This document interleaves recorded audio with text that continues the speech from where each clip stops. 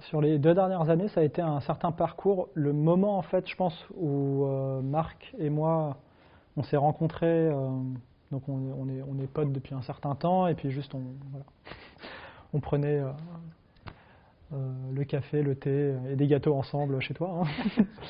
Et là, je sais pas, au fur et à mesure du déroulé de la conversation, on s'est rendu compte tous les deux qu'il y a un truc à faire ensemble autour de la notion de leadership.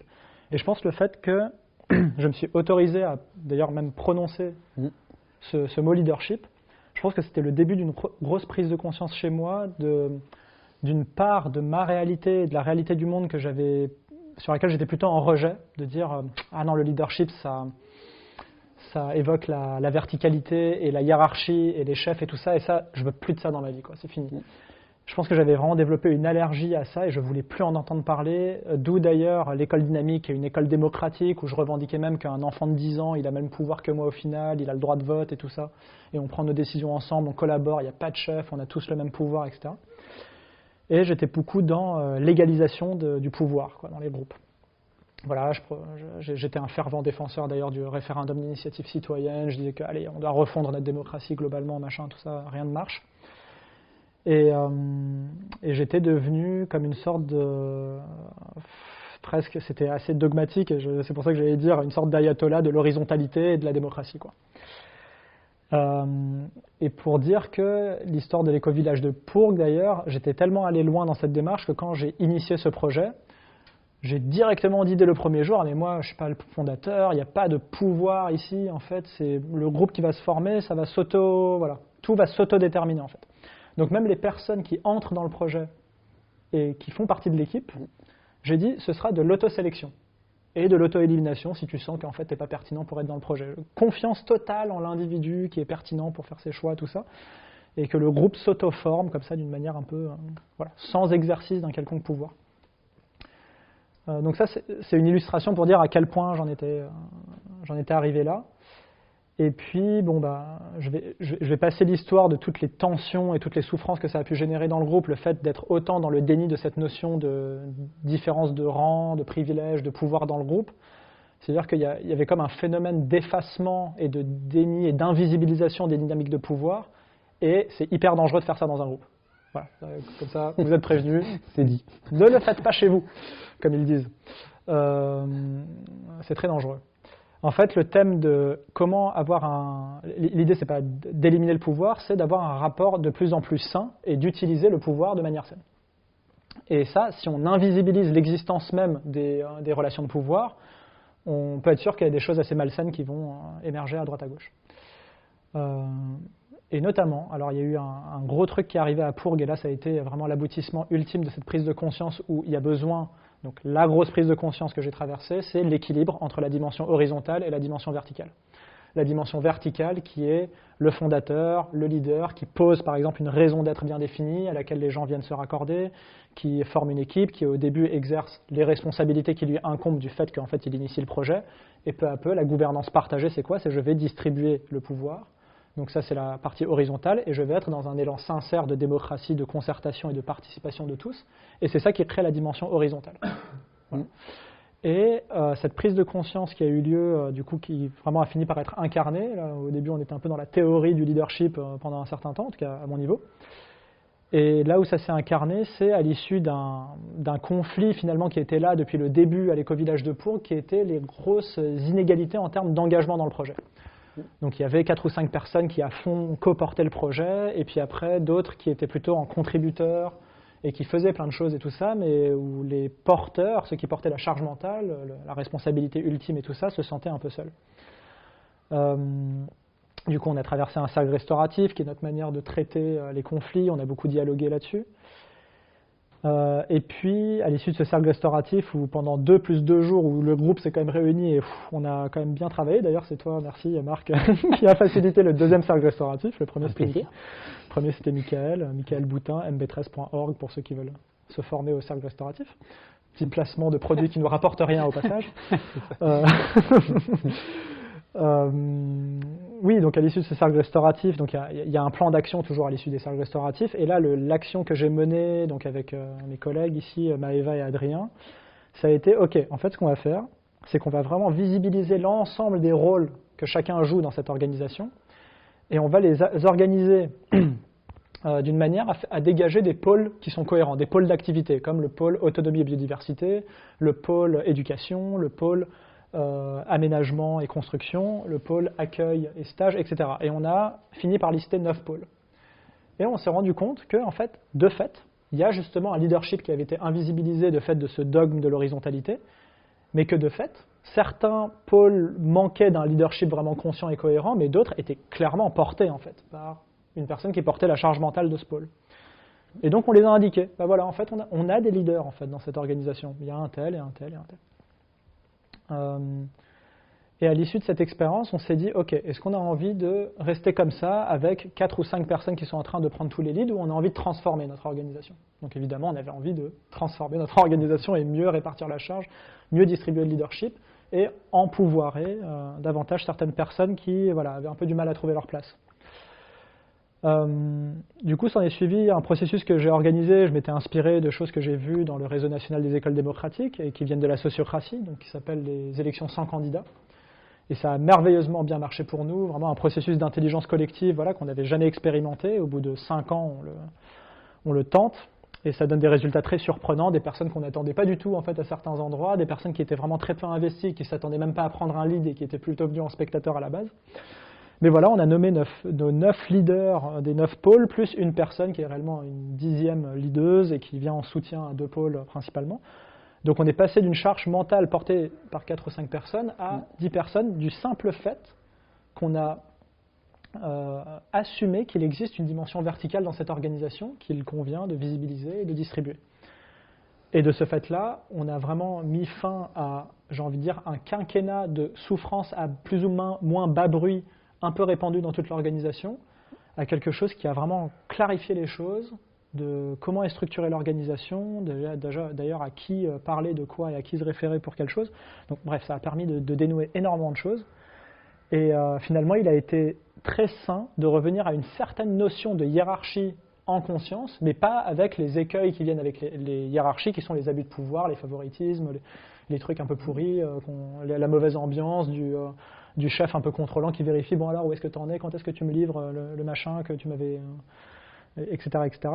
Donc ce micromanagement que personne ne supporte, mais qui était comment on a des leaders qui certes expriment une certaine verticalité, ça veut dire qu'ils ont la responsabilité et la charge mentale, et en même temps ce sont des leaders au service d'eux, pas des leaders qui contrôlent les autres, mais qui sont au service justement de ce qui se passe sur le terrain pour fluidifier les choses, pour faciliter les choses qui se passent.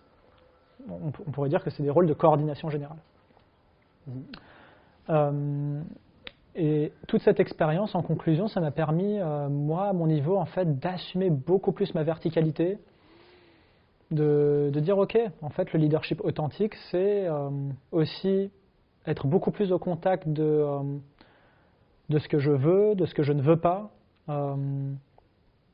Et dans une organisation où je collabore avec d'autres, d'être en fait beaucoup plus clair sur mes attentes. Et la principale attente, que je n'ai pas du tout exprimée au début, donc pour reboucler avec le début de l'histoire qui était je suis cœur ouvert, venez tous et vous allez vous auto-sélectionner et faire absolument ce que vous voulez dans cet éco-village. La liberté, la liberté, la liberté, sans évoquer en fait c'est quoi les attentes en termes d'engagement et de responsabilité. Finalement cette dimension horizontale pure, je l'ai rééquilibrée avec une dimension, en fait j'ai des attentes. Et j'assume que j'ai des attentes par rapport à ce groupe, que chacun clarifie son engagement par rapport au groupe, comment est-ce que tu vas contribuer à la subsistance et à la prospérité de cet éco-village, qu'est-ce que tu comptes faire, enfin, dans quoi tu comptes t'engager, et puis ici on est des associés qui nous engageons ensemble dans quelque chose. Et du coup, en incarnant moi-même ma verticalité à cet endroit-là, ça a permis davantage d'autoriser finalement les uns et les autres, de prendre aussi leur pouvoir, d'incarner leur puissance et d'incarner chacun à son niveau sa verticalité dans son domaine d'activité. J'ai suffisamment respiré. Et alors comme tu le disais, du coup j'ai facilité ce cercle restauratif et c'est vrai que c'était chouette parce que moi j'ai pu vraiment avoir un regard extérieur sur ce qui se jouait.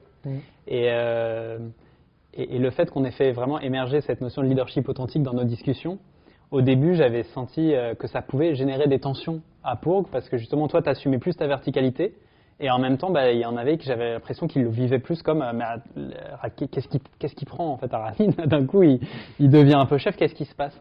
Et moi je me disais bon on laisse expérimenter, on voit comment ça se passe. Et en fait ce que j'ai trouvé super beau c'est que dans cette expérimentation, dans ce suivi de ton leadership authentique, à un moment, c'est arrivé à, mais en fait, il me manque la structure qui permet à ce que tout le monde, en fait, puisse prendre cette verticalité.